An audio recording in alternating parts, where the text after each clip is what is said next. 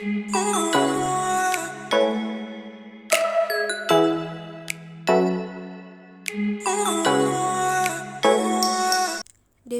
kekerasan. Kekerasan adalah penggunaan kekuatan fisik dan kekuasaan, ancaman atau tindakan terhadap diri sendiri, perorangan atau sekelompok orang yang memar atau trauma, kematian, kerugian psikologis, kelainan perkembangan, atau perampasan hak. Definisi kekerasan seksual. Menurut Komnas Perempuan tahun 2011, menyatakan bahwa kekerasan terhadap perempuan adalah segala tindakan kekerasan yang dilakukan terhadap perempuan yang berakibat atau kecenderungan untuk mengakibatkan kerugian dan penderitaan fisik, seksual maupun psikologis terhadap perempuan, baik perempuan dewasa ataupun remaja. Bentuk-bentuk kekerasan seksual terhadap perempuan. Pertama, kekerasan fisik adalah tindakan yang bertujuan melukai, menyiksa, atau menganiaya orang lain. Tindakan tersebut dapat dilakukan dengan menggunakan anggota tubuh pelaku, tangan atau kaki, atau dengan alat lainnya.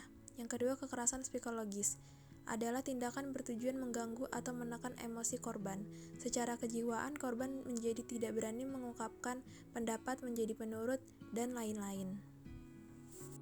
Selanjutnya, kekerasan seksual seperti melakukan tindakan yang mengarah ke ajakan atau desakan seksual seperti menyentuh, mencium, memaksa berhubungan seks tanpa persetujuan korban, dan lain sebagainya. Selanjutnya, kekerasan finansial seperti mengambil barang korban, menahan atau tidak memberikan pemenuhan kebutuhan finansial, dan sebagainya.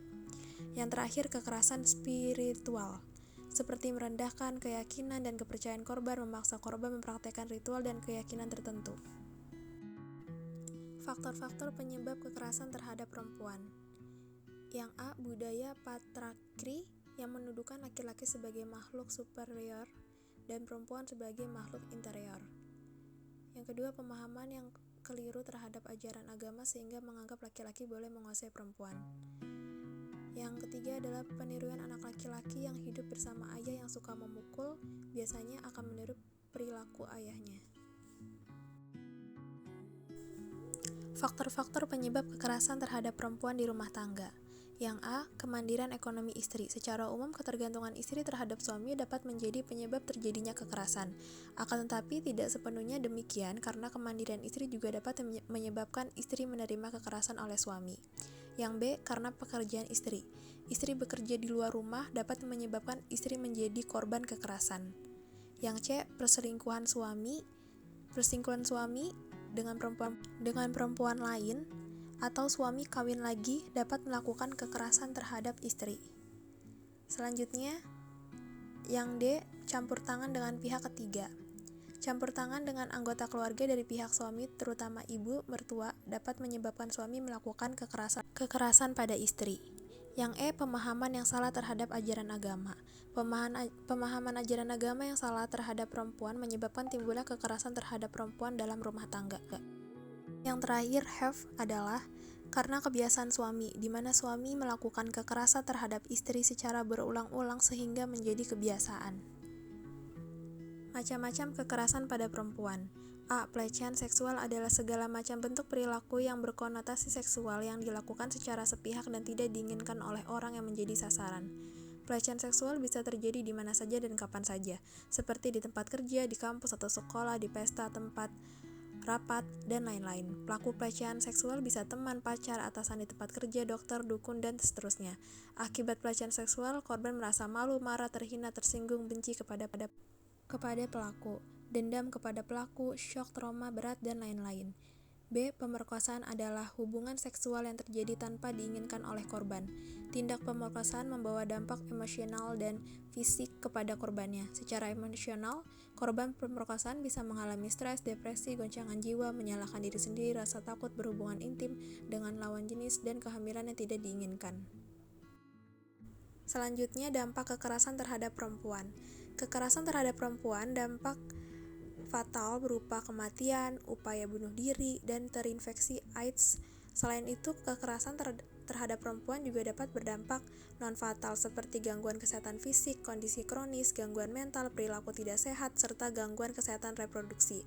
Baik dampak fatal maupun non-fatal, semuanya menurunkan kualitas hidup perempuan. Pencegahan dan penanggulangan tindak kekerasan terhadap perempuan. A. Menyebarluaskan produk hukum tentang pelecehan seks di tempat kerja. B. Peran petugas kesehatan dalam mencegah kekerasan terhadap perempuan diantaranya melakukan penyuluhan untuk pencegahan dan penanganan kekerasan terhadap perempuan. C. Meningkatkan pengetahuan dan kemampuan dalam menangani kasus kekerasan terhadap perempuan. Selanjutnya, jika Anda menyaksikan tindakan pelecehan, Anda harus bersikap peduli, usahakan untuk mendokumentasikan peristiwa, catat secara rinci dan akurat jika memungkinkan disertai keterangan waktu dan tempat spesifik, beri informasi, dorong untuk memberi bantuan ke lembaga bantuan atau profesional. Jika Anda mengetahui orang lain menjadi korban dari pelaku yang sama, beritahu korban. Terakhir, bisa melaporkan kepada yang berwenang. Apa yang Anda harus lakukan jika Anda mengalami pelecehan seksual? Yang pertama, saat mengalami peristiwa yang kurang nyaman, cari tahu dan pahami peristiwa tersebut. Kedua, bisa dilakukan dengan konfrontasi langsung ketika seorang bertindak tidak pantas di depannya. Ketiga, sebisa mungkin kumpulkan bukti kekerasan berupa foto, rekaman suara, atau video. Keempat, laporkan dan membuat pengaduan. Mintalah dukungan kepada teman atau pihak yang bisa dipercaya. Kelima, jangan takut, ada banyak orang yang peduli dan ada lembaga khusus yang bisa membantu. Carilah informasi ke lembaga bantuan atau profesional yang biasa menangani kasus kekerasan terhadap perempuan dan anak.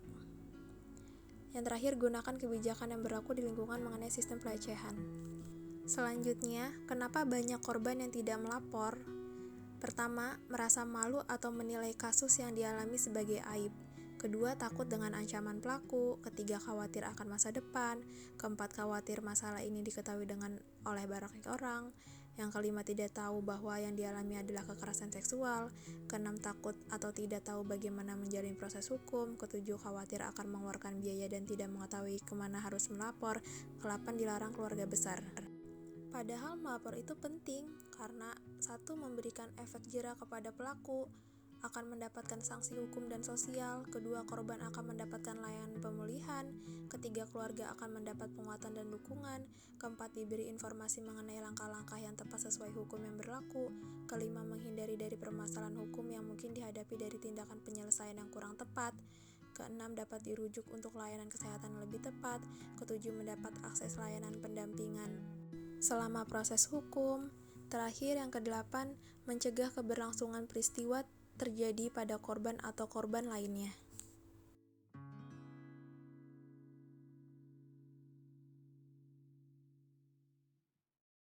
Terima kasih, semoga bermanfaat dan dijauhkan dari kekerasan serta pelecehan seksual di lingkungan RT 09, khususnya ibu-ibu dan kakak-kakak anak remaja RT 09. Amin.